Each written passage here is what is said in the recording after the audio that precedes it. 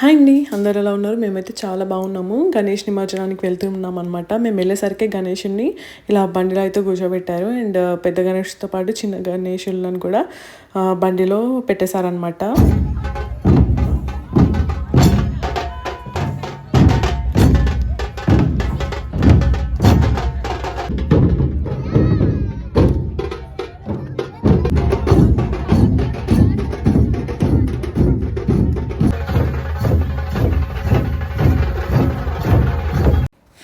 సష కొంచెం నిద్రలో ఉంది కానీ బీట్ అయితే చాలా నచ్చింది. నాకు చాలా పాజిటివ్ వైబ్స్ వచ్చినట్టు అనిపించింది. అండ్ గూస్ బంప్స్ వస్తాయంటారు కదా, అలాంటి ఫీలింగే అనమాట.